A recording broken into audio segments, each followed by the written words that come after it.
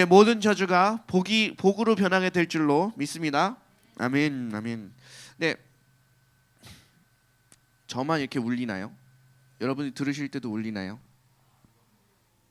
네. 오늘 말씀은 이스라엘 백성이 이제 이 부올의 아들 발람에게서 있었던 사건, 민수기에 있었던 사건을 얘기하는 겁니다.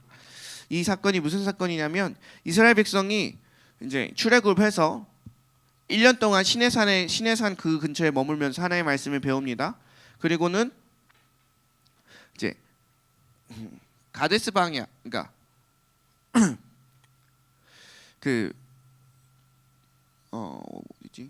가데스 광야 거기를 가서 이제 정탐을 하죠. 민수기 12장에서 정탐을 하고 13장에서 이제 여기 가나안 땅을 들어갈 만한가 그렇지 않은가 해보다가 10명은 못 들어간다, 우리는 메뚜기다 이렇게 표현을 하고 2명은 이제 믿음의 말을 했지만 어쨌든 전 민족이 못 들어간다라는 것에 집중을 한 나머지 이제 너에게 40년 뺑뺑이 돌아라. 이제 그게 40일 정탐한 그 40일을 1일을 1년으로 쳐서 40일을 돈 거거든요.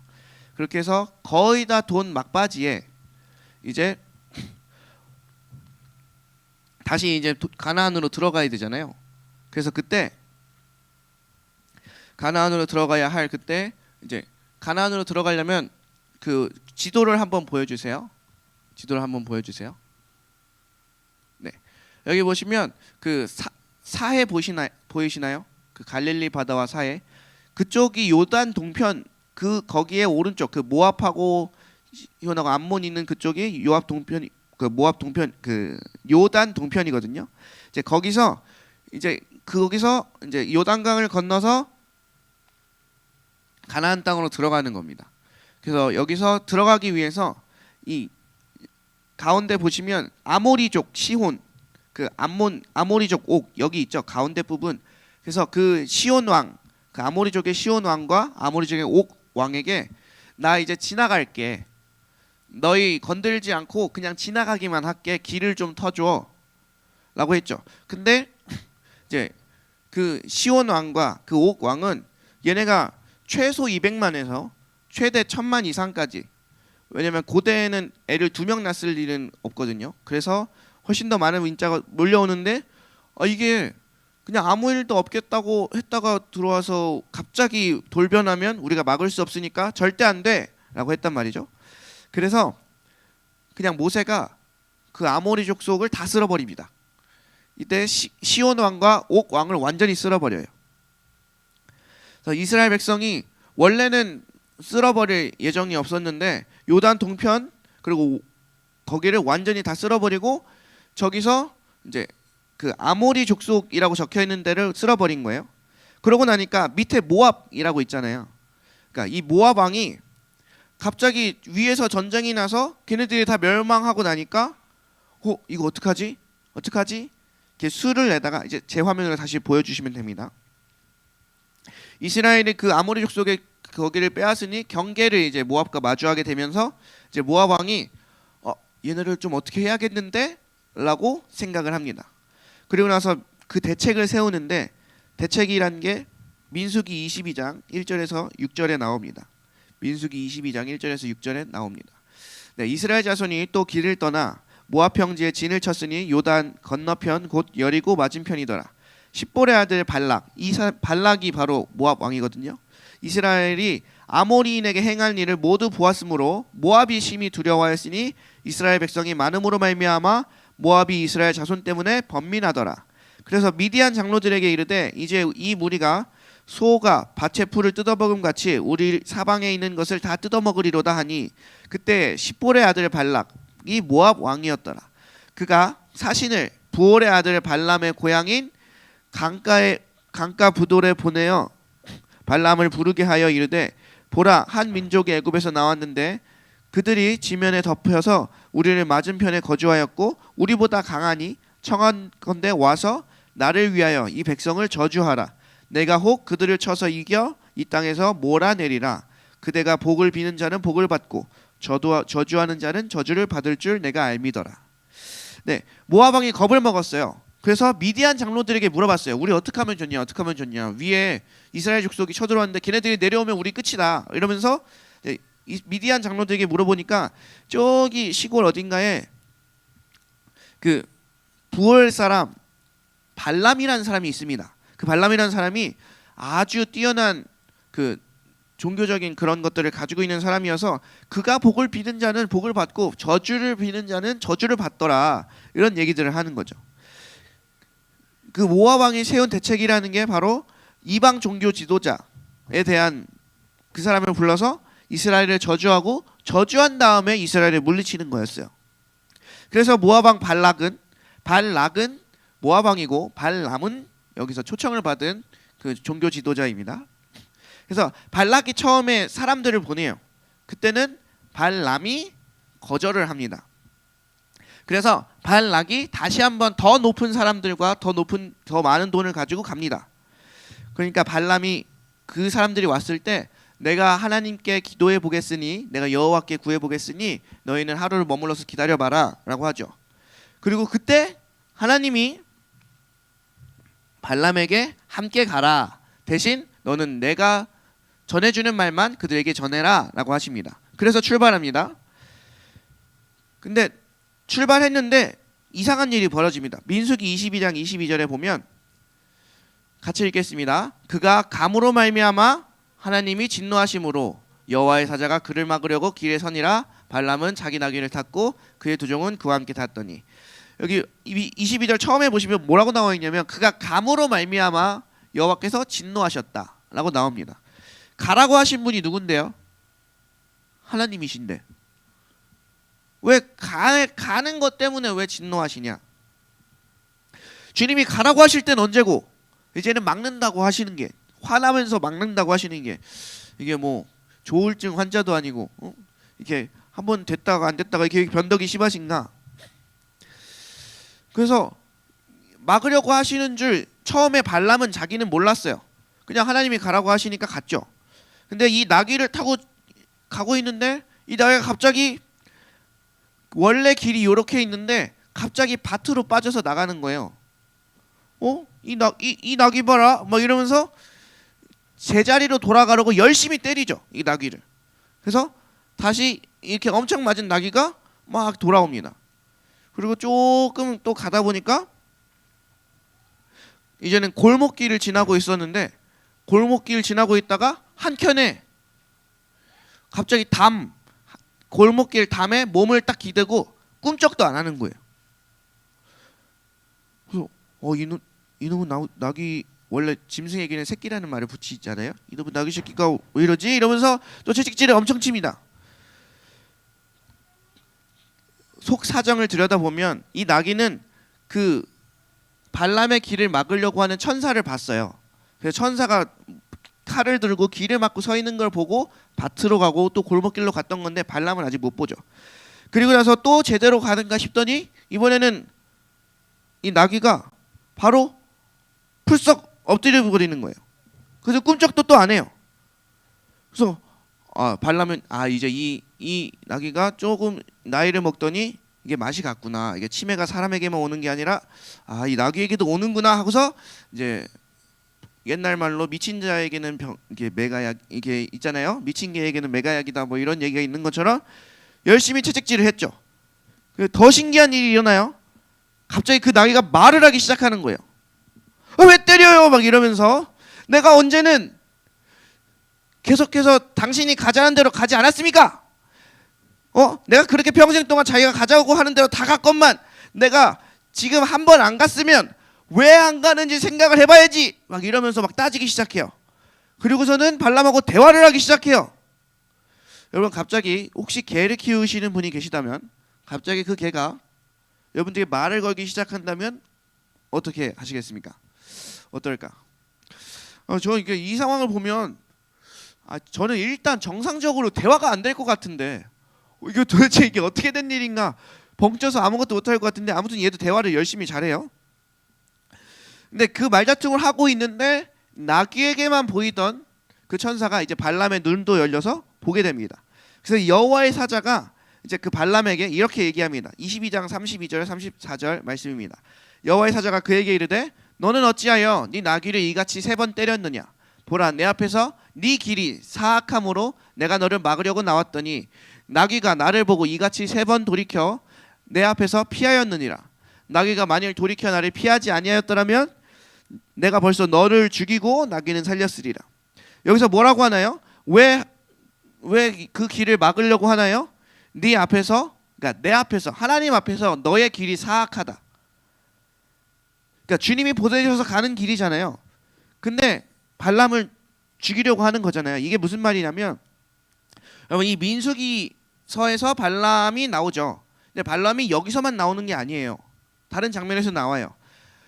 미디안 여자들을 데리고 오다가 이제 이스라엘 자손에게 휙 풀어요. 그래가지고 미디안 여자들하고 이스라엘 남자들하고 짝짝꿍하게 해가지고 이제 음란의 죄를 짓게 만드는 게 그 지혜를 낸 게 바로 발람이거든요. 그러니까 이 오늘 볼 그 말씀만 보면 얘가 막 하나님의 음성만 듣고 뭐 하나님의 말씀만 대언하고 되게 굉장한 선지자처럼 보이지만, 네, 발람은 절대로 참된 선지자, 좋은 사람이 아니에요. 악한 자입니다. 발람은 그 당시에 아주 신통방통한 주술사. 요즘 말 그 우리나라 말로 하지만 이제 신통방통한 이제 점쟁이 하나 생긴 거죠. 그래서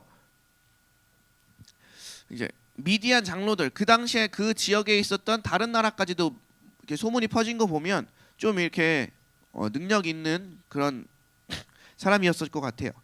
그는 자기만의 제사 방법을 가지고 있었어요. 그러니까 오늘 이 발락이 불러서 온 이 발람이 총 4번의 예언을 이스라엘을 향해 하는데 그 첫 번째 예언의 장소가 바알의 산당에서 하는 거였어요. 근데 원래 바알 제사는요 제단을 쌓아서 하지 않고요 그냥 합니다. 근데 발람이 그 모압 왕 발락에게 이런 요청을 해요. 7개의 제단을 쌓아달라. 그래서 그 제단을 쌓고 거기서 예배를 드립니다. 거기서 제사를 드립니다. 여러분 제단 쌓는 일은 우리 많이 들어봤잖아요. 아브라함이 가는 곳곳마다 제단을 쌓았죠. 그러니까 즉 히브리인들의 제사 방법이었어요. 그런데 이 제단을 또 7개나 쌓습니다. 그리고 거기서 각각 소와 양을 한 마리씩 바칩니다. 보세요. 레위기에서 제사법이 나오죠. 근데 레위기 어딘가에서 7개의 제단을 쌓으라는 말이 나오나요? 각각 양과 소를 한 마리씩 바치라는 말도 안 나와요.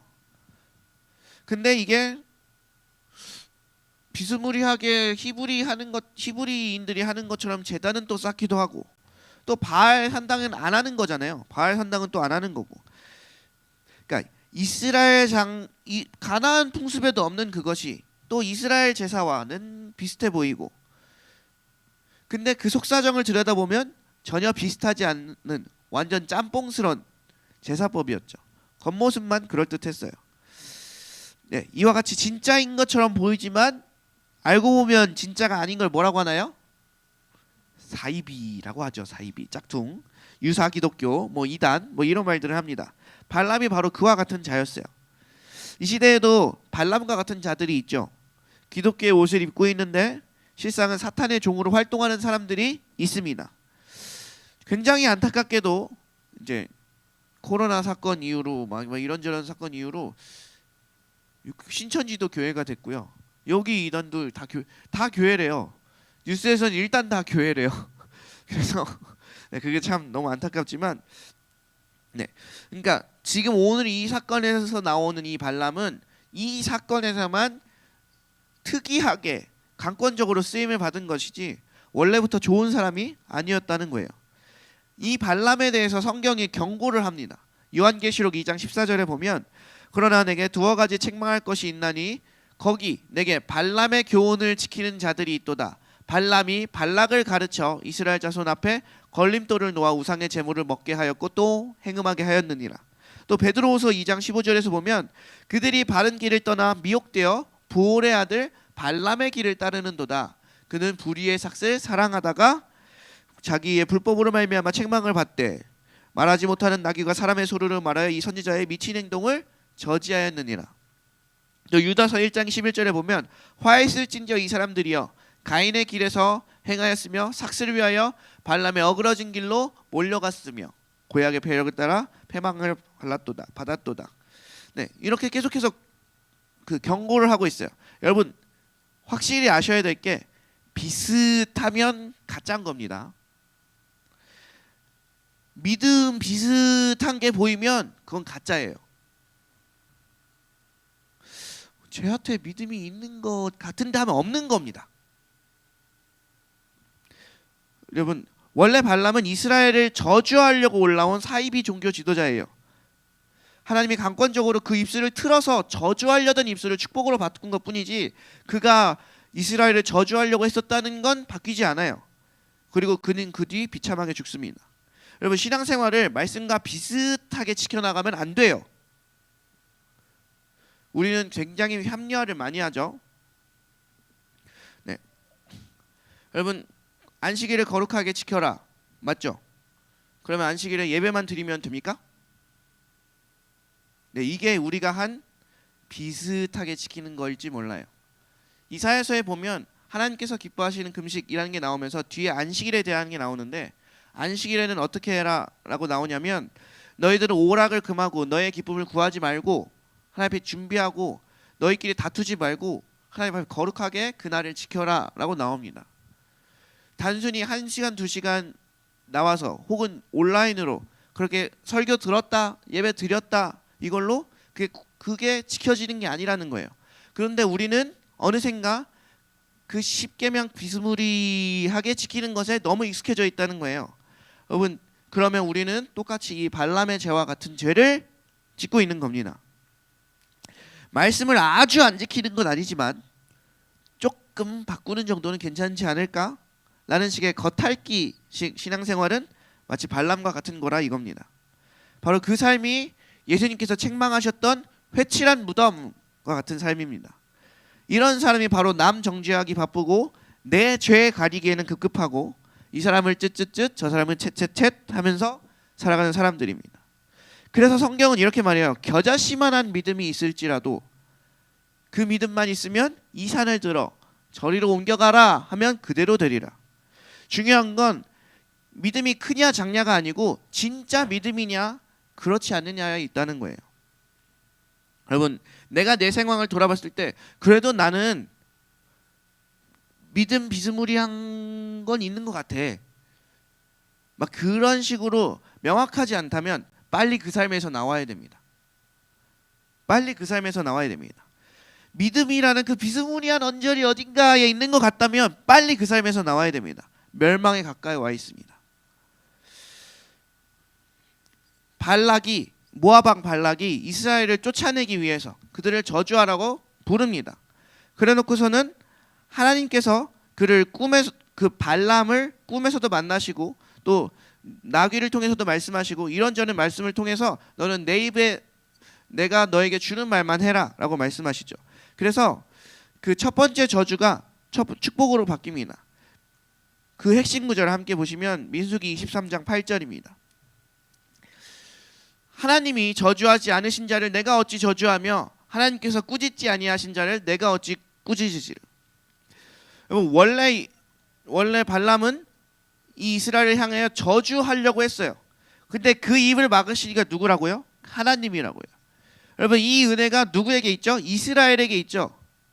그 이스라엘은 지금 여전히 광야에서 돌고 있으면서 뭐 실수도 하고 뭣도 하면서 그래도 그 성막을 가까이 하며 그 구름을 따라가고 불기둥 따라가고 했던 사람들이에요. 그냥 일상생활로 지짓고 볶고 그냥 하나님을 따르며 살았던 사람들, 그 사람들에게 하나님께서 하신 말씀이에요. 하나님께서 그 저주하려고 하시는 사람들에게 하는 그 말씀이 뭐냐면 하나님께서 저주하지 아니하신 자를 네가 뭔데 저주하냐? 내가 꾸짖지 않는데 네가 뭔데 꾸짖느냐? 하나님의 권속, 그러니까 그 자녀, 하나님의 그늘 아래 들어가면 하나님께서 그 소유권을 주장하기 시작하십니다. 내 자녀가 되었으니 내 아들, 내 딸을 혼낼 권한도 또한 복을 줄 권한도 내게 있다는 거죠. 아버지께 있다는 겁니다. 우리 사람도 내 아이를 혼내는 것을 내가 할 땐 마음이 아프지만 그래도 괜찮아요. 근데 이제 내 딸이나 내 아들이 혼날 만한 짓을 했어도 다른 사람이 그거 가지고 뭐라고 하거나 혼을 내면 알지만 마음은 울컥울컥 막 움찔움찔 막 하게 되는 게 부모의 마음입니다. 그것과 동일하게 이스라엘 백성이 부족함이 많지만 그래도 이들은 나의 백성이요 나의 권속이요 내 자녀이니 내 그늘 아래 있는 자니 내가 저주해도 내가 저주하고 칭찬해도 내가 칭찬한다고 선포하고 계신다는 거예요. 그리고 나서 발락이, 그러니까 모압 왕 발락이 이게 왜 축복을 해? 그래서 다 같이 그러니까 이스라엘 지향이 다 보이니까 그러는구나. 그래서 이스라엘 그 무리가 끝에만 보이는 곳으로 옮겨갑니다.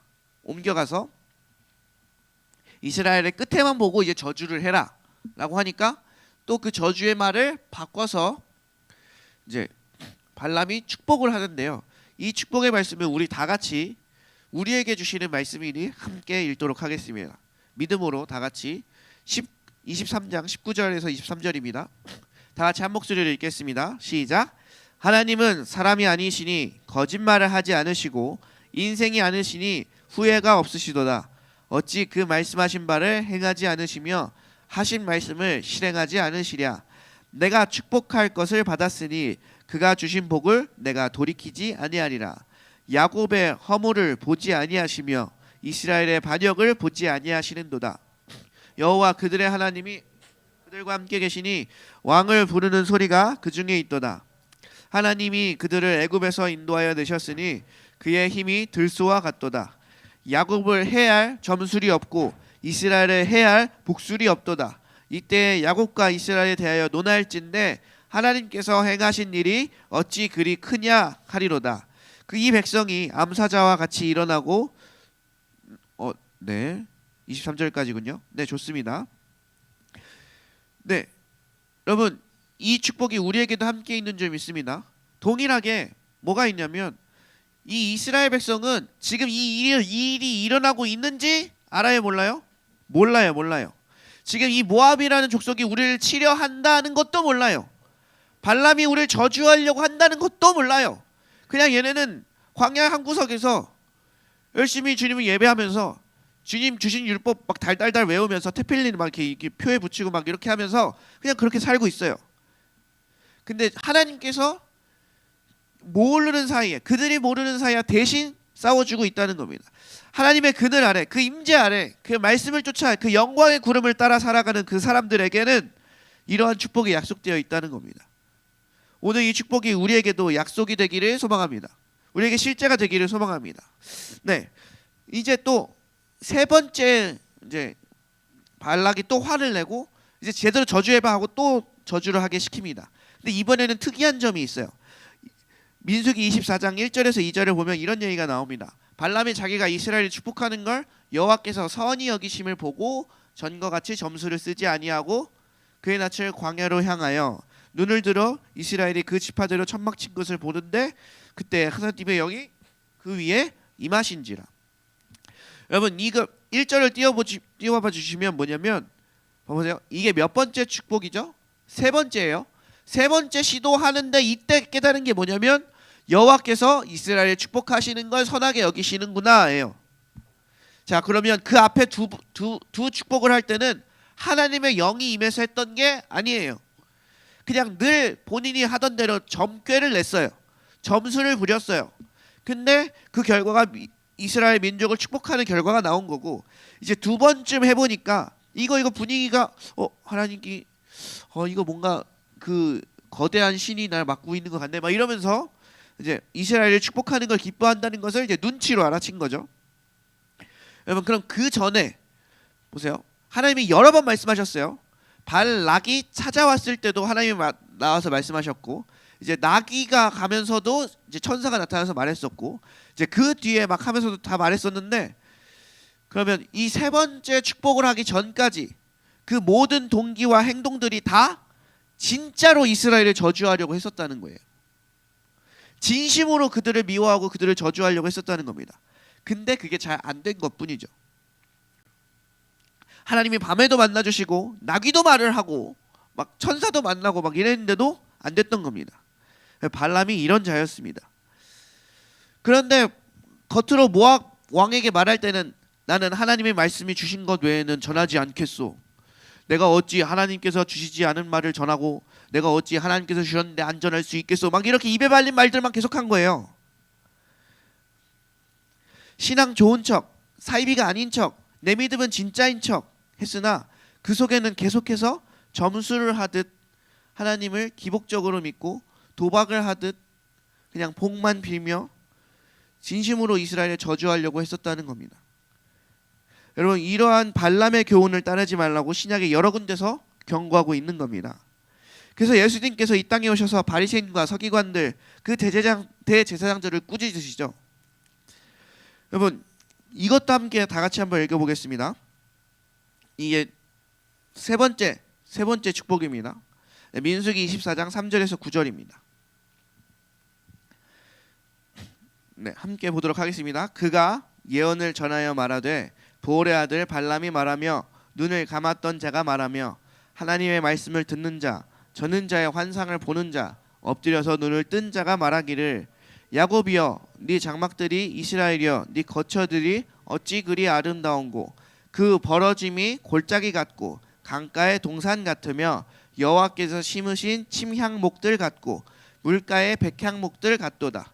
그 물통에서는 물이 넘치겠고 그 씨는 많은 물가에 있으리로다. 그의 왕이 아각보다 높으니 그의 나라가 흥왕하리로다. 하나님이 더 있는데 하나님이 그를 애굽에서 인도하여 내셨으니 그 힘이 들소와 같도다. 그의 적국을 삼키고 그들의 뼈를 꺾으며 화살로 꿰뚫이리로다. 꿇어앉고 누움이 숫사자와 같고 암사자와도 같으니 일으킬 자 누구이랴. 너를 축복하는 자마다 복을 받을 것이요 너를 저주하는 자마다 저주를 받으리로다. 여러분, 제가 아까 누누이 말씀드렸지만 이 일은 이스라엘 족속이 알아요, 몰라요? 몰라요. 이제 이 발람과 이 일을 통해서 하나님의 속마음이 다 들켰어요. 무슨 속마음이냐면 하나님이 그 이스라엘 백성, 하나님의 자녀들, 하나님의 그늘 아래 들어온 모든 사람들을 엄청나게 축복하고 싶어 하신다는 겁니다. 여러분, 주님께서 우리를 엄청나게 복 주시기를 원한다고 하시는 사실을 믿으시길 바랍니다. 하나님이 얼마나 우리를 위하고 계신지 그 마음이 여기 나타나는 것 같아요. 여러분, 우리도 알아요. 그 이스라엘 백성이 왜 40년 뺑뺑이를 돌았겠어요.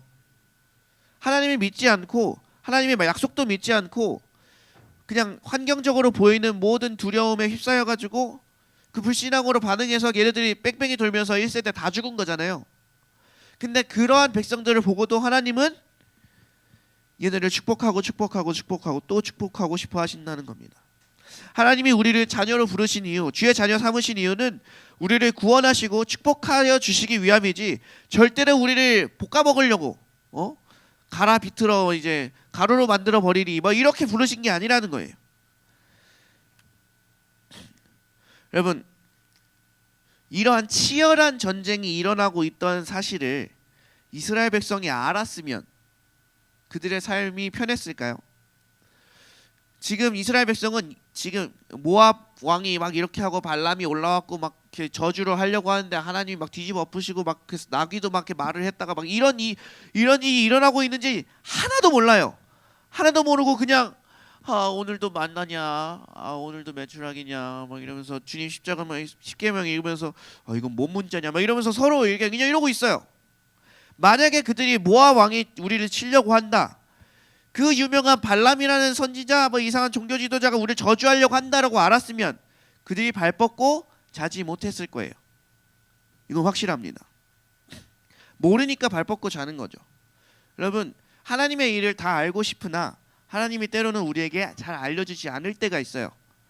여러분, 우리가 알아야 할 것만 알려주시는 겁니다. 주님의 뜻이 뭐 다른 데 있고 막 이렇게 우리에게 삐지셔서 막 아무 말씀도 안 하시고 내가 잘못해서 막 그런 게 아니고, 하나님은 너희들이 알아봤자 좋을 게 없으니 내가 다 알아서 하고 있으니 그것을 말을 안 하고 계신다는 거예요. 지금도 우리에게도 동일합니다. 우리를 둘러싼 모든 많은 세계에서는 수많은 엄청난 일들이 벌어지고 있어요. 근데 우리는 그걸 다 미처 알지 못하고 내 삶에서 일어나는 이 조그마한 부분만 가지고 주님께 불평만 하고 막 이렇게 저렇게 살고 있죠. 근데 하나님의 그 넓으신 사랑과 그 강하신 손이 우리를 붙들고 있기 때문에 우리가 이러한 삶의 문제들만 가지고 살고 있다는 겁니다. 이스라엘 백성은 뭘 하고 있었는가? 그냥 쉐마 이스라엘, 그 쉐마 말씀을 따라 테필린 표에 삼고 뭐 하면서 날마다 율법을 배우고 만나와 메추라기를 먹고 구름기둥 불기둥 막 이렇게 때 되면 구름기둥 때 되면 불기둥 오고, 또 성경에 보면 그들의 옷이 헤어지지도 않았대요. 그들의 질병이 나지도 않았대요. 여러분, 먹는 거 다 해결되고 주거 다 해결되고 그리고 돈도 다 있어요. 그런 상황에서 말씀만 배우래요. 이러면 너무 좋은 거 아닙니까? 우리가 하고 있는 그 모든 걱정 다 없어지고 말씀만 배워, 내가 다 책임져 줄게. 근데 그 삶 안에서도 막 우리는 불만스럽고 막 이렇게 해서 그랬던 거죠. 그냥 그걸 아무것도 모르고 주의 성막과 함께 머물고 그냥 인도하심 따라 가고, 구름이 가면 가고 불기둥 가면 가고 멈추면 멈추고, 이 뒤에서 이 주변에서 엄청나게 치열한 전쟁이 일어난다는 사실도 모르고 그냥 이스라엘 백성은 그렇게 살아갔다는 겁니다.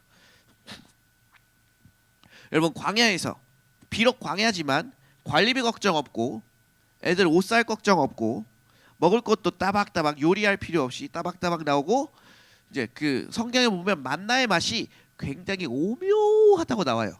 저도 먹어보고 싶어요. 먹어볼 수 없겠지만, 네, 그리고 말씀만 배우면 되는 이 광야 생활을 하겠습니까? 아니면 도시에 살면서 모압과 전쟁을 치르시겠습니까?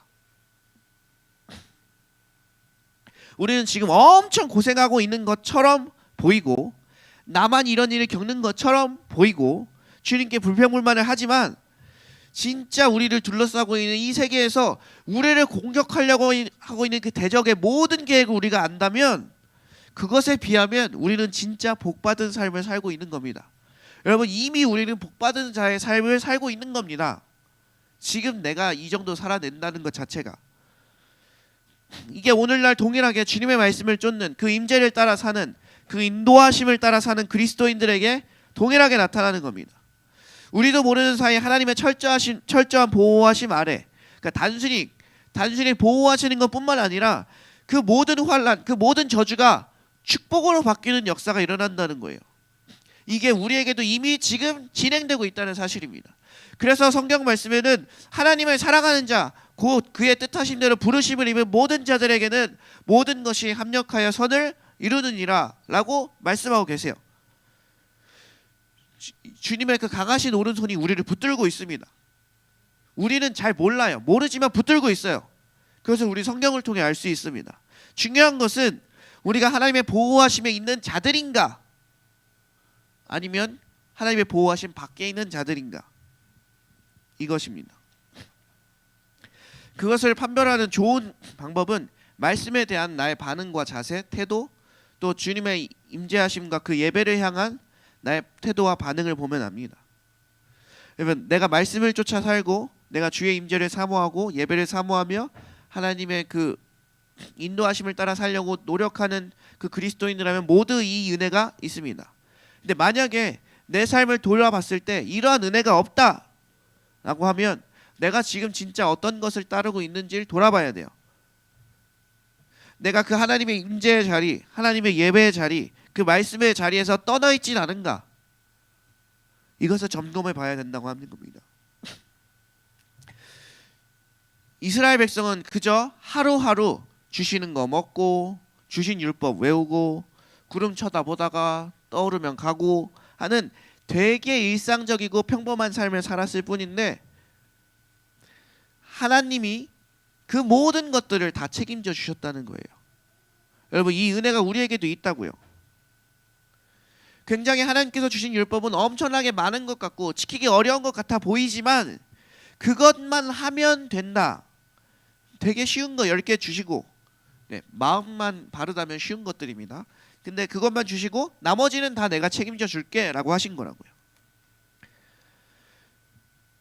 그리고 이것뿐만 아니라 이 일을 인하여서 이 요단 동편을 정복하게 되고, 이 일을 인하여서 소문이 온 가나안에 퍼져요.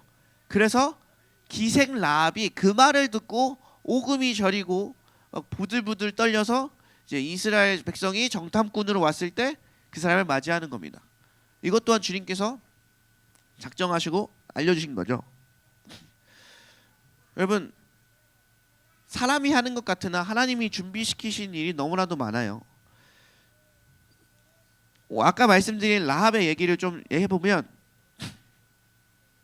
여러분 정탐꾼을 보내죠. 여호수아가 정탐꾼을 보내는데 성경 말씀에 보면 이런 얘기가 나와요. 여러분 보통 정탐꾼을 보내려면 어떤 사람을 정탐꾼으로 보낼까요? 여러분이 군대 장관이라고 생각해 보시고 군대를 이끌고 있다고 생각해 보세요. 정탐을 보내야 돼요. 수색대를 뽑아서 보내야 돼요. 어떤 애들을 보낼까요? 굉장히 빠릿빠릿하고 훈련이 잘 된 애들을 보내겠죠. 실력이 좋은 애들을 보내겠죠. 근데 이 정탐꾼들은 들어가자마자 걸립니다. 이 정탐꾼들이 들어가서 한 일이 뭐냐면, 들어갔어요. 어떻게 들어간지 모르지만 가자마자 걸렸어요. 그래서 쫓아온대요. 그래서 어디로 가지? 어디로 가지? 어디로 가지? 하다가 갑자기 저쪽에서 민간인이 부르는 거예요. 민간인 아주머니가 일로 와봐요. 청년 일로 와봐. 여기에 숨겨줘요. 그 다음에 그 아주머니가 그 적군 군대에게 여기 그런 사람 없어요. 저쪽으로 갔나 봐요. 막 이래요. 그런 다음에 이 훈련받은 군인인데 그러고 있다가 아줌마가 나오라 그럴 때 주섬주섬 나와서 이제 어디로 가야 되지? 하는데 아줌마가 알려줘요. 이 라합이 알려줘요. 어디로 도망가라고. 그리고서 도망을 갑니다. 그리고서 여호수아에게 보고하는 말이 뭔지 아세요? 라합한테 들은 말을 보고해요. 여러분 이게 어떻게 사람이 여러분 이 사실을 다 알고 나면 군대 장관으로서 여러분 용납이 가능합니까? 이거 기강이 빠져도 이렇게 빠질 수가 없이 이것들 지금 뭐 하고 온 거예요? 막 이랬을 텐데 하나님이 그 진짜 말도 안 되는 일을 주님께서 해주신 거잖아요. 여러분 이러한 일들이 이스라엘 백성에게 있었어요. 믿는 자들에게 이러한 일이 있어요. 네. 근데 이것에서 오해하지 마셔야 될 건 이게 있다고 대충 살면 안 됩니다. 네. 제가 그랬었습니다. 주께서 나에게 반드시 축복하리라는 믿음이 너무 강해서 내가 공부하지 않아도 성적이 나올 거라 생각했고, 내가 공부하지 않고 내가 준비하지 않아도 주께서 반드시 나를 세워 쓰리라. 때가 되면 막 이러면서 게임을 열심히 하면서 엄마가 막 공부하라는 잔소리에 괜찮아 주님이 나 쓰실 거야 막 이러면서 제가 때 되면 다 할 거요 막 이러면서 제가 했거든요. 그리고 나서 크게 후회를 한 적이 있습니다. 여기 있는 학생분들, 네, 준비는 미리미리 하는 겁니다. 닥쳐서 하면 피를 토하는 고통이 있습니다. 네, 우리가 미처 신경 쓰지도 못할 엄청난 일들을 주께서 친히 개입하셔서 하나님의 놀라운 축복으로 바꿔주신 거예요. 만약에 이 축복의 주인공들이 주의 말씀에서 떠났다면, 그 보호하심 아래에서 벗어났다면 이러한 일들은 있을 수 없었죠. 그럼 지금 나는 그 성막, 그 예배, 그 임재의 중심, 그 하나님의 말씀을 따르면서 그 성령의 인도하심을 따라 살고 있는가? 우리는 돌이켜보고 점검을 해봐야 합니다. 네, 구약에서는 구름이었고 율법이었지만 신약에서는 이제는 성막으로도 못 참겠다. 이제는 율법 주는 것만으로는 이제 내가 못 참겠다. 그래서 말씀이신 그 예수 그리스도가 육체를 입고 이 땅 가운데 오셔서 친히 이름을 임마누엘이라고 하시면서 내가 너희와 함께하리라 이러고 오셨어요. 이제 성막이라는 장소, 이런 거 너무 힘들어. 돌판에 새겨주신 거, 이거 잊어버리면 끝이 안 돼. 그래서 각 사람의 마음을 교회로 삼으시고 각 사람의 영을 교회로 삼으시고 이제 마음판에 새겨버릴래라고 하고 오신 게 예수님이시고, 그것을 실행하고 계신 분이 바로 성령님입니다. 여러분 예수님과 함께하는 것, 그게 바로 오늘날 우리가 하나님의 그늘 안에 들어가 사는 방법입니다. 오늘 이 이스라엘 백성이 성막을 따라 살며 그 구름의 인도하심을 따라, 불의 인도하심을 따라 갔다면, 오늘 신약을 사는 우리들은 바로 그 예수 그리스도와 함께 사는 것이 바로 그 임재와 함께 성령의 인도하심을 따라 사는 방법입니다. 은혜와 진리가 충만하신 그분과 함께 살면서 그분께 배우면서 그분과 동행하며 사는 것이 바로 그 일이라는 겁니다. 여러분 우리가 결혼을 해보신 분들은 알지만 사랑해서 결혼했으나 네, 같이 살다 보면 맞지 않는 게 너무나도 많죠. 그래놓고서는 이것을 찢어 말어 막 이렇게 고민할 때도 있고, 그렇지만 이 삶이 행복하지 않은 건 또 아니에요. 행복합니다. 행복한데 다툼이 있고 또 이렇게 안 맞는 게 있어요. 예수님과 사는 건 이런 거예요. 우리가 겪고 있는 건 그런 어려움이에요. 그러니까 혼인 관계에서 오는 같이 살면서 불편한 정도를 우리는 지금 겪고 있는 거예요. 살면서. 그러면서 우리는 주님께 맞춰야죠. 근데 여기서 한 가지 안타까운 사실 중에 하나는 원래 부부라면 서로에게 맞추지만 우리 예수님은 너무나도 완벽하신 분이셔가지고 우리가 주님께 맞춰야 된다는 점, 100% 우리가 바뀌어야 한다는 점입니다. 네. 자, 그래서 이것을 설명할 때 가장 간단하게 예를 드는 게, 여러분 장경동 목사님하고 같이 산다고 생각해 보십시오. 같은 방에서 살며 같은 침대에 누우며. 그러면 싫어요? 싫지는 않은 것 같은데 편해요? 편하진 않는데 아무튼 그렇습니다. 네, 그런 것처럼 예수님이 그렇게 우리와 함께 사신다는 겁니다. 여러분, 바울이 예수님을 만나기 전까지는 이스라엘 그에서 예수님을 믿는 사람들을 박해하면서 사는 사람이었죠. 여러분, 바울은 하나님께 열심히 있던 사람이었어요. 말씀에 열심히 있던 사람이었어요. 그래서 자기가 생각할 때는 하나님의 말씀에 신성 모독을 하는 그 예수를 따르는 자들을 죽여 없애는 게 하나님께 영광이다 라고서 막 담에색 막 이렇게 뭐 공문도 얻고 막 이렇게 하면서 막 달려가기 시작했죠. 실제로 많은 사람도 죽였어요. 예수님을 만나기 전에 그가 하나님의 영광이라고 생각하고 했었던 모든 일은 하나님의 교회를 막는 일이 됐고 박해하는 일이 됐다는 거예요. 근데 그가 살아계신 예수님을 만나고 나니까 이제는 그가 완전히 변화되어 그가 하는 모든 일은 하나님께 영광이 되는 일들이 되었다는 거예요. 진짜 하나님이시자 진짜 인간이신 그 예수 그리스도를 만나고 나니까 그가 완전히 변해버렸다는 거예요. 근데 그걸 만나기 전에는 그 바울의 열심만 가지고 살았을 그때에는 뭔 좋은 것을 해도 다 하나님께는 박해하는 일이 되었고 하나님의 교회의 일을 막는 일이 되었다는 거예요.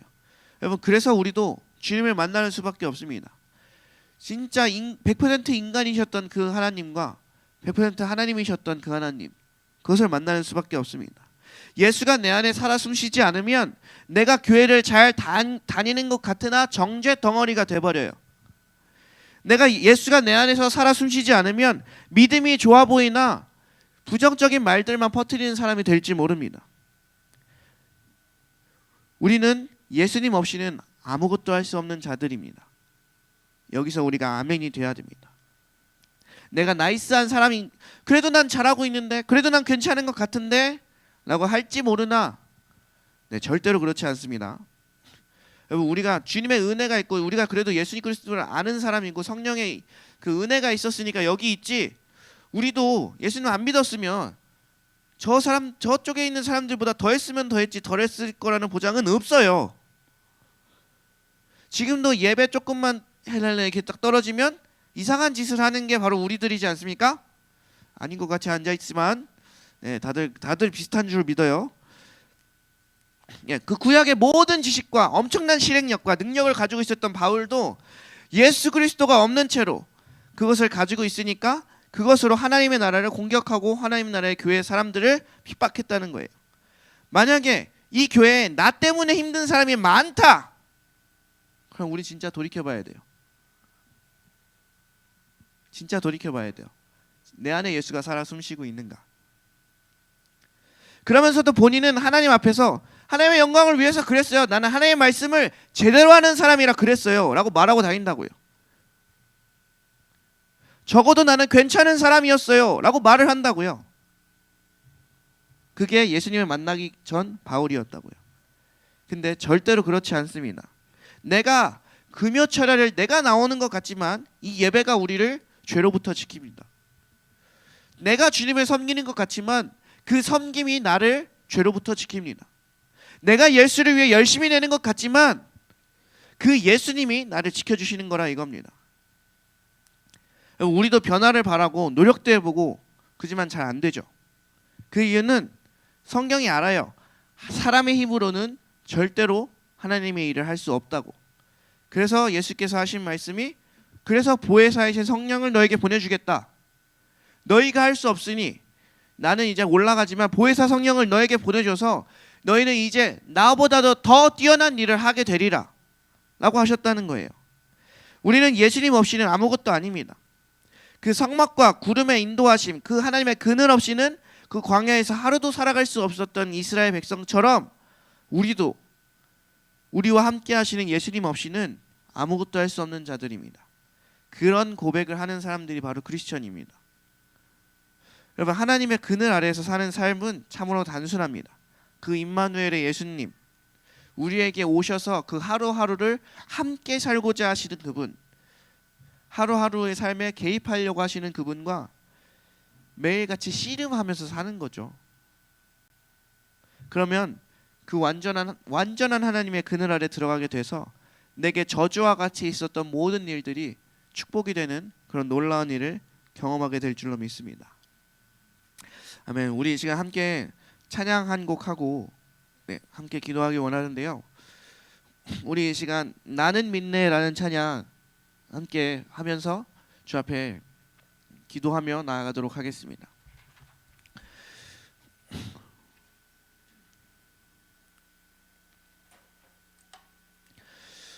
여러분, 진짜 살아가다 보면 여러 가지 일들을 만나고 이게 도대체 나한테 왜 일어났나 막 이런저런 생각이 들고 이건 뭐 나보고 죽으라는 건가 막 이런 생각도 들었다가 나만 이런 건가 아니면 남들 다 이런 건가 원래 세상은 이런 막 이런 여러 가지 생각이 들 그때에 하나님께 기도하면 꼭 그렇게 막 명확하게 응답을 주시지 않아요. 제가 중국에서 알고 지냈던 목사님이 늘 하셨던 말씀 중에 하나가 이겁니다.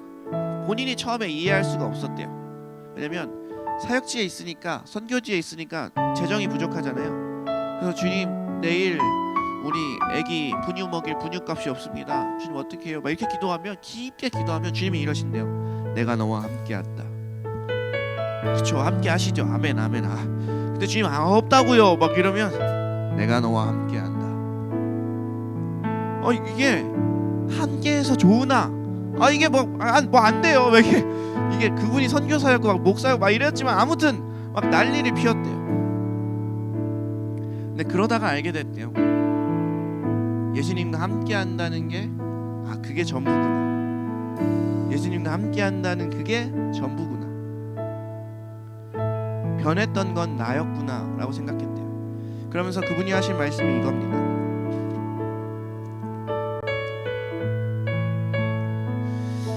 예수님께서 십자가를 지셨을 때 똑같이 일어났던 일이 뭐냐면 그 성막을 가리고 있던 지성소와 성소를 가리고 있던 그 휘장이 찢어지는 겁니다. 그러면 예수님이 한켠에서 십자가를 지시고 죽고 계실 때 하나님은 그 휘장을 잡고 찢을 준비를 하고 계셨던 거예요. 너 빨리 죽어. 이거 찢어버리게. 예수야 너 빨리 죽어. 내 이거 찢어버리게. 빨리 찢어버리고 내가 사랑하는 그 백성에게 가게. 여러분, 이게 얼마나 놀라운 사랑의 표현인 줄 아십니까? 얼마나 하나님이 우리와 함께하고 싶어 하시는 줄 아십니까? 그리고 그 함께하심이 모든 문제의 해결의 답입니다. 그것을 함께 믿으며 우리가 함께 찬양하도록 하겠습니다.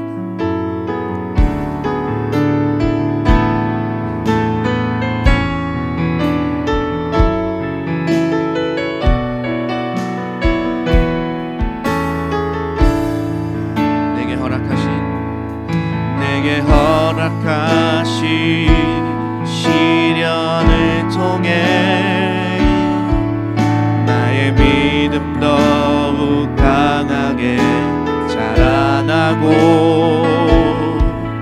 험한 산과 골짜기 지나는 동안 주께 더 가까이 나를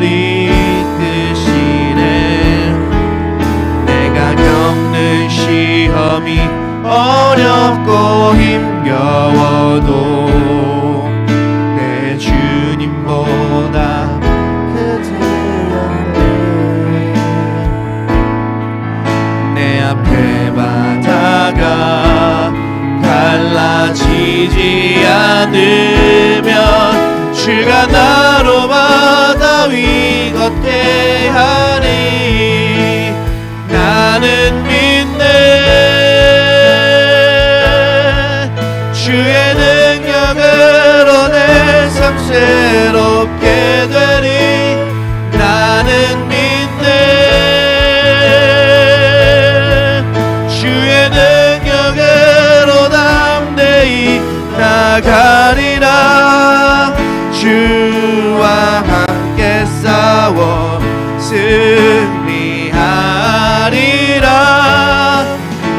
날마다 믿음으로 나 살아가리. 우리 다시 한번 찬양하도록 하겠습니다. 내게 허락하신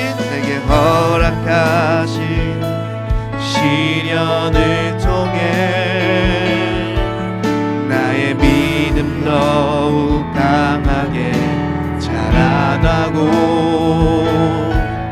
험한 산과 골짜기 지나는 동안 주께 더 가까이 나를 이끄시네. 내가 겪는 시험이 어렵고 힘겨워도 내 주님보다 크지 않네. 내 앞에 바다가 갈라지지 않으면 주가 나로 바다 위 걷게 하는 나는 믿네. 나는 믿네. 주의 능력으로 내 삶 새롭게 되리. 나는 믿네. 주의 능력으로 담대히 나가리라. 주와 함께 싸워 승리하리라. 날마다 믿음으로 나는 믿네. 나는 믿네.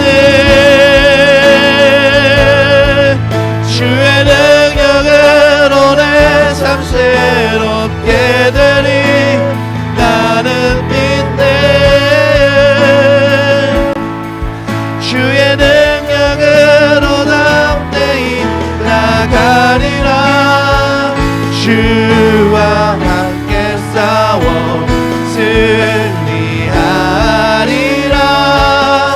날마다 믿음으로 나 살아가리.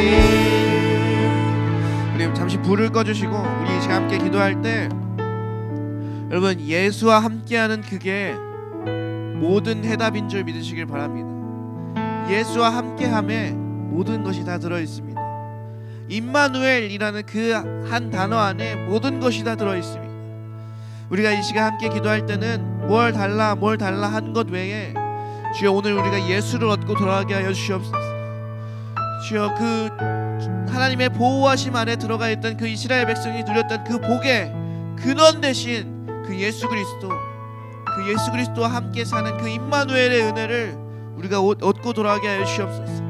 이 세상에 그 무엇 없어도 예수 하나 있으면 그것으로 만족하며 사는, 그것이 전부로 만족하며 사는 그런 백성 되게 해달라고 오늘 이 시간 함께 기도하며 나아가도록 하겠습니다. 주여 한번 부르짖고 우리 동성으로 기도하며 나아가도록 하겠습니다. 주여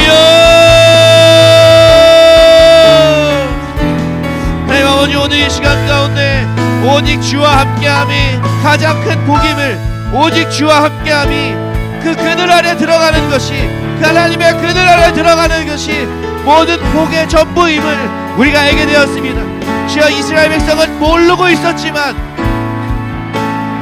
이스라엘 백성은 그냥 그 광야에서 그냥 하루하루 평범한 삶을 살아가고 있을 그때에, 주의 은혜로 하루하루 살아가고 있을 그때에 하나님은 그 모든 백성을 지키기 위하여 모압과 싸우시고 암몬과 싸우시고 그 발람의 입을 바꿔버리시며 그 모압 왕을 템시켰던 것처럼 주여 오늘 그 은혜가 우리에게 있는 줄 믿습니다.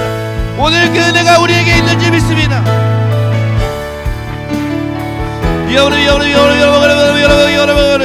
예수와 함께 사는 것이 가장 큰 복입니다. 예수와 함께 사는 것이 가장 큰 복입니다. 주님과 함께 사는 것이 죄성 가진 나의 입장으론 힘들고 어렵고 피곤한 일이 될 수는 있지만, 주님이 나의 남편 되시고 주님과 내가 하나로 연합되어 있다는 이 사실이 얼마나 놀랍고 귀한 일인지 우리 곧 다시금 깨닫게 하여 주시옵소서. 주여, 주님의 구름 기둥이 너무 맨날 보이고 주님의 만나가 매일같이 내리니 우리가 주님의 은혜가 은혜인 줄도 모르고 하나님께 불평불만 해왔던 것을 주여 이 시간 회개하며 나아갑니다. 온전히 이 시간 다시금 그 예수 그리스도를 얻고 돌아가게 하여 주시옵소서. 그 임마누엘의 하나님을 얻고 돌아가게 하여 주시옵소서. 그 모든 구약의 백성들이 원했던 메시아가 오는 그 일, 그 임마누엘의 메시아를 오는 그 일을 주여 오늘 우리가 다시금 갈망하고 갈망하며 또한 갈망합니다. 성령님 이 시간 우리 가운데 오시옵소서. 주님 이 시간 우리 가운데 오시옵소서.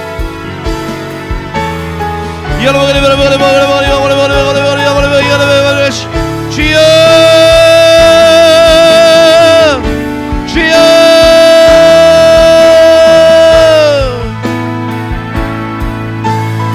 나로 예수를 얻게 하소서. 나로 예수를 얻게 하소서.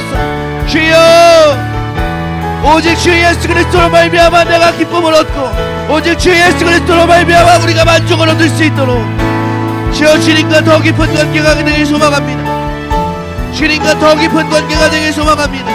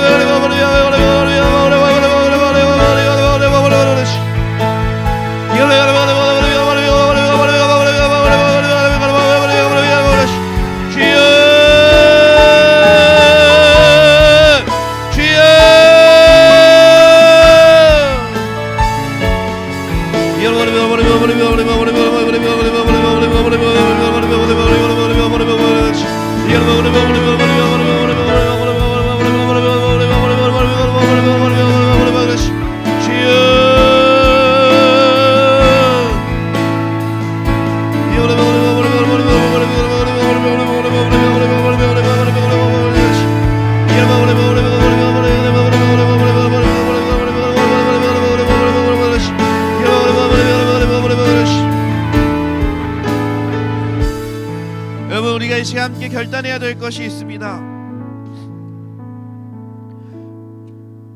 여러분 예수님 없이 유명해지는 걸 원하지 마십시오. 예수님 없이 잘 되는 것을 원하지 마십시오. 예수님 없이 복받는 것을 원하지 마십시오. 그것은 절대로 복이 될 수 없습니다. 그것은 절대로 복이 될 수 없습니다. 예수님 없이 나의 편안함을 추구하지 마십시오. 그것은 절대로 복이 될 수 없습니다. 우리가 이 시간 우리의 삶을 돌이킬 때 내가 예수님 없이 하려고 했었던 것, 예수님은 없지만 그래도 괜찮다고 생각했었던 것, 그 모든 것들을 돌이키길 원합니다. 예수님 없으면 다 우리에겐 저주가 됩니다. 예수님이 함께 하시지 않으면 우리에게 다 걸림이 되고 올무가 되고 어려움이 됩니다. 그러나 예수님이 함께 하시면 내게 올무와 같은 그 일도 내게 복이 됩니다. 내게 저주와 같은 그 일도 내게 복이 됩니다. 오늘 이 시간 우리가 함께 결단할 때 주님과 함께하지 않는 것은 다 우리가 거절하겠습니다. 주님이 없는 예배, 주님이 없는 성공, 주님이 없는 화목, 주님 내가 다 버리겠습니다. 지금 나는 그런 것들을 원하지 않습니다. 주 예수 그리스도가 없는 세상은 내가 원하지 않습니다. 주님이 없는 평안은 내가 원하지 않습니다. 오 주여, 내가 광야에 있을지라도 주 예수 그리스도와 함께하게 하여 주시옵소서. 우리 다같이 결단하시면서 주여 한번 부르시고 기도하겠습니다. 주여,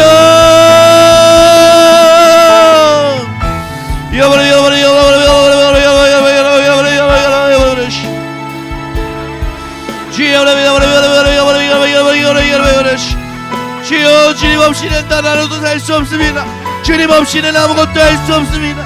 주님 없이는 좋은 것도 좋은 것이 아니고 평안도 평안이 아니고 지금 복도 복이 아닙니다. 정말로 예수 그리스도가 없는 행복은 행복이 아닙니다. 예수 그리스도가 없는 성공은 성공이 아닙니다. 예수 그리스도가 없는 유명해짐은 그것은 절대로 복이 될 수 없습니다. 주여, 나는 이 모든 것들을 거부합니다. 그 모든 것들을 거부합니다. 주여, 예수님이 계신 그곳에 나도 있게 하소서. 주님의 영광에 있는 그곳에 나도 있게 하소서. 주님의 눈이 있는 그곳에 나의 눈도 있게 하시고 주님의 발걸음에 머무는 곳에 나의 발도 가게 하여 주시옵소서.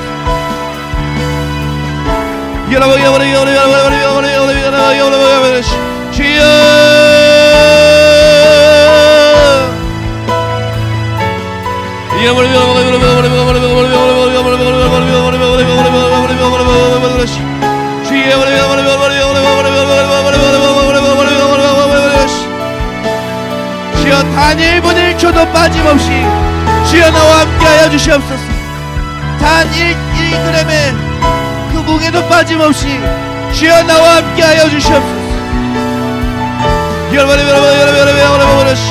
주여,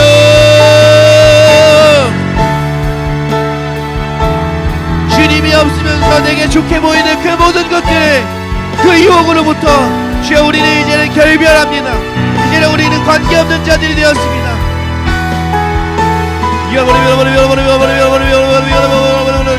우리는 넓은 길이 아니라 사람들이 좋다고 말하는 그 길이 아니라 좁고 협착하지만 주님이 계신 그 좁은 길을 걸어가는 사람들입니다.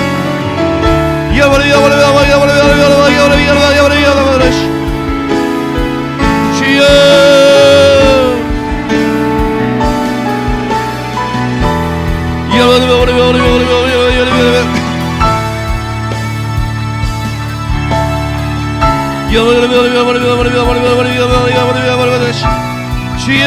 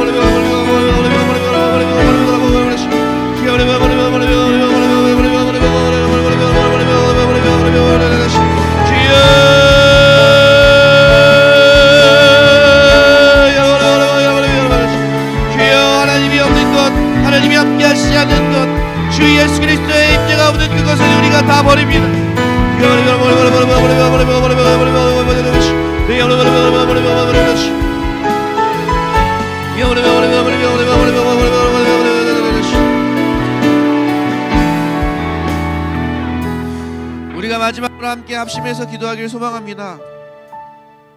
여러분, 그 이스라엘 백성들에게 그 하나님의 그늘 아래 있었던 그 이스라엘 백성에게 그 중심에는 성막이 있었고 그 중심에는 하나님의 영광이 있었습니다. 지금으로 따지면 하나님의 예배가 거기에 있었다는 겁니다. 그 예배가 그 중심에 있고 그 예배 위에서 영광의 구름이 떠오르면 가고 불기둥이 떠오르고 가고 했던 겁니다. 내 삶의 중심은 예배여야 합니다. 내 삶의 중심은 예배여야 합니다. 그래야 하나님의 영광을 따라 살 수 있습니다. 온라인 예배든 코로나든 뭐든 여러분 내 삶의 예배가 무너지기 시작했다면 빨리 경종을 울리고 뭐라도 바꿔내야 돼요. 가만히 있으면 안 됩니다. 여러분 오늘 우리가 함께 봤듯이 세상은 그 어떤 모양으로 마귀는 그 대적은 어떤 모양으로 계속해서 우리가 감당할 수 없는 모습으로 우리를 치려고 듭니다. 근데 그 예배가 무너져 그 보호하심 아래 있을 수 없으면 그걸 그냥 우리가 온전히 그냥 다 맞는 거예요. 여러분 예배가 무너지는 걸 그냥 지켜보지 마십시오. 내 예배가 무너져가고 예배에 더 이상 은혜가 되지 않는 걸 그냥 여기 탓하고 저기 탓하고 상황 탓하고 이러고 있을 틈이 없습니다. 그러는 동안에 주의 보호하심에서 벗어나게 되고 사단의 올무에 걸리게 됩니다. 오늘 이 시간 우리가 함께 마지막으로 같이 기도할 것은 내 삶의 중심의 예배가 다시금 회복되게 하여 주시옵소서. 내 삶의 중심의 예배가 다시금 회복되게 하여 주시옵소서. 그냥 이 예배 가서 조금 은혜 받고 저 예배 가서 조금 은혜 받고 이게 아니라 내가 내 안에 나를 교회라고 하신 그 예수 그리스도가 내 안에 있는 내 중심에서 드리는 이 예배가 온전히 회복돼서 온전히 내가 임재의 그 사람이 되게 하여 주시옵소서.